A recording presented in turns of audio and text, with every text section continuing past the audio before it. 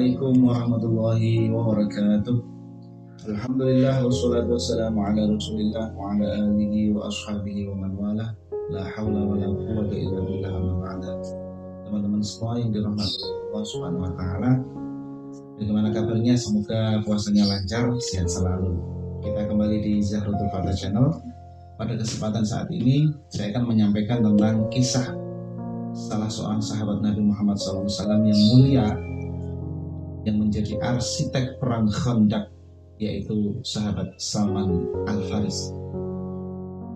Teman-teman semua, kalau kita berbicara tentang perang Khandaq, maka pasti akan menyebut nama sahabat yang sangat terkenal ini, yaitu Salman Al-Farisi. Perang Khandaq ini terjadi pada tahun ke-5 Hijriah. Di perang pertama kan Badar, Uhud, kemudian dilanjutkan dengan perang Khandaq. Nah, perang Khandaq ini adalah perang yang genting. Kenapa? Karena umat Islam akan dikepung oleh koalisi dari Quraisy dengan beberapa kabilah di Arab yang dipimpin oleh Abu Sufyan, jumlahnya sekitar 24.000, masih ditambah lagi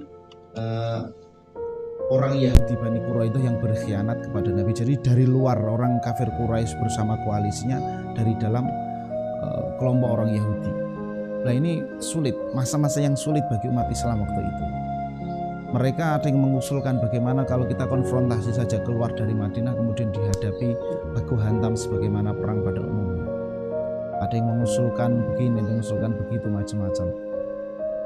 Sampai akhirnya datanglah salah seorang sahabat yang bernama Salman Al-Farisi. Dia mengusulkan salah satu taktik perang yang tidak pernah terfikirkan oleh bangsa Arab. Karena taktik perang ini hanya dimiliki oleh bangsa Persia. Jadi Salman Al-Farisi ini dari Persia, makanya gelarnya Al-Farisi, maksudnya dia orang Persia. Yaitu sebuah strategi perang berupa menggali parit. Menggali parit yang lebar dan dalam, sehingga kira-kira kuda itu kalau melompat tidak bisa menyeberang, atau misalnya melompat jatuh kemudian bisa dipanah gitu. Teman-teman semua, Salman Al-Farisi ini bukan orang Arab. Bahkan nanti pada episode berikutnya akan saya ceritakan bagaimana dia akan masuk Islam. Tetapi kita bisa mengambil pelajaran seorang Nabi Muhammad SAW yang beliau dibimbing oleh wahyu, tetapi beliau mau menerima masukan, mau menerima ide dari seorang pemuda yang bernama Salman Al-Farisi. Ini adalah contoh bagi kita bahwa masukan, ide, atau apa saja dari orang yang lebih muda atau orang lain, selama itu pas, selama itu benar, maka tidak ada salahnya kita mengakomodir, kita menerima ide itu. Nah, itu contoh yang diajarkan oleh Nabi Muhammad SAW. Akhirnya umat Islam menggali parit itu untuk menghadapi kedatangan pasukan Abu Sufyan yang berjumlah 24.000 itu. Dan di situ juga Nabi mengajarkan betapa Nabi itu juga memegang cangkul, Nabi juga ikut menggali parit itu. Padahal waktu itu di kota Madinah sedang terjadi paceklik, sedang terjadi kalau bahasa Jawanya lagi larang pangan gitu. Para sahabat setiap hari kerja bakti menggali parit itu dengan makanan seadanya. Bahkan ada yang menyebutkan sampai beberapa susu basi kemudian diolah demi mengganjal perut.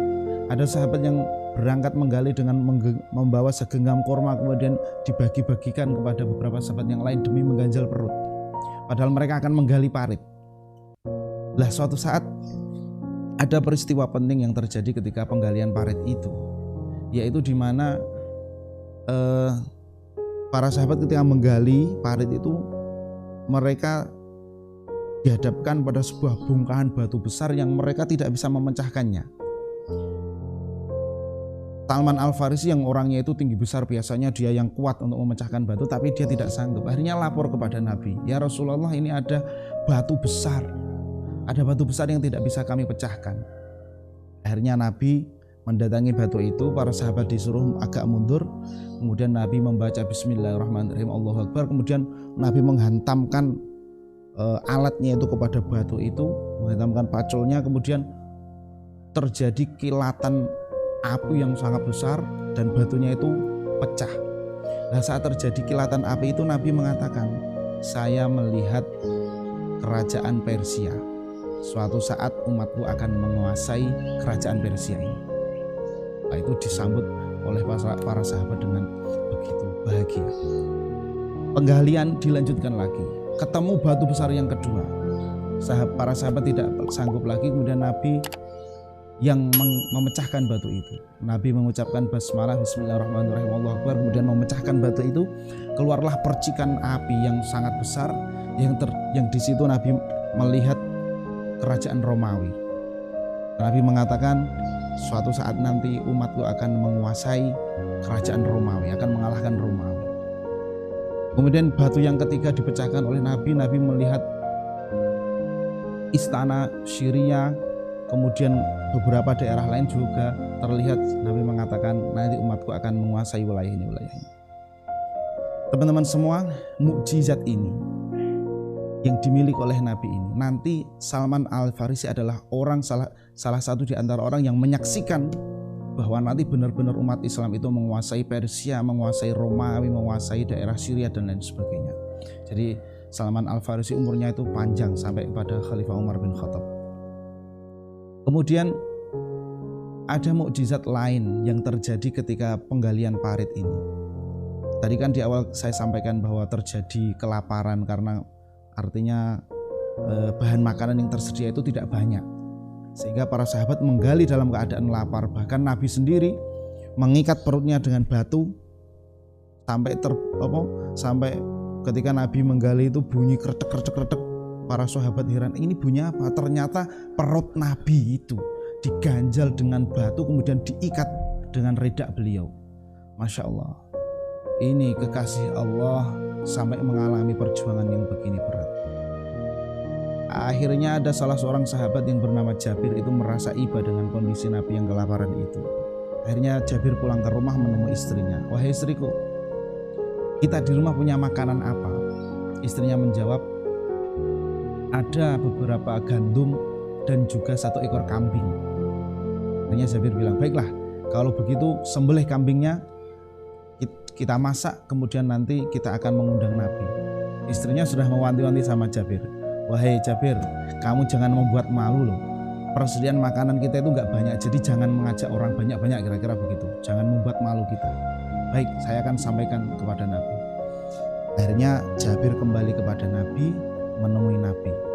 Wahai Rasulullah, saya punya sedikit makanan di rumah. Mari panjenengan dan beberapa sahabat saja datang ke rumah karena makanannya tidak begitu banyak. Akhirnya Nabi bilang kepada Jabir, apa makanannya? Gandum dan kambing. Baiklah, kalau begitu jangan kamu buka dulu gandum dan dagingnya sebelum saya datang. Nanti yang membagikan saya. Baik Nabi.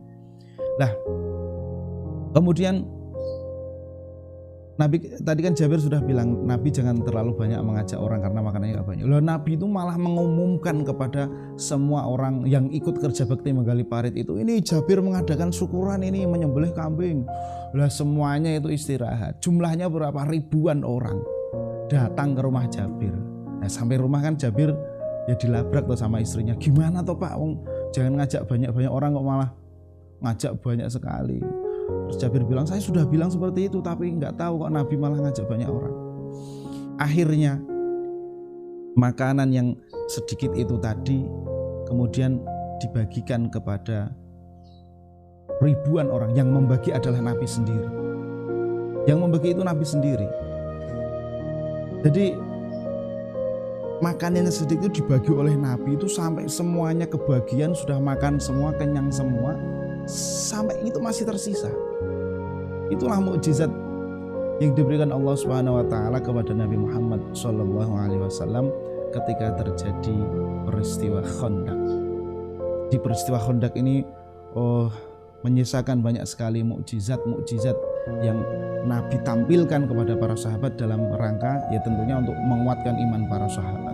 Salah satunya ini tadi kisah kambing milik Jabir yang disembelih kemudian dibagikan kepada para sahabat yang lain. Baik, teman-teman sekalian, saya kira itu saja. Kita lanjutkan pada episode berikutnya tentang siapa itu Salman Al-Farisi yang memiliki ide perang Khandaq.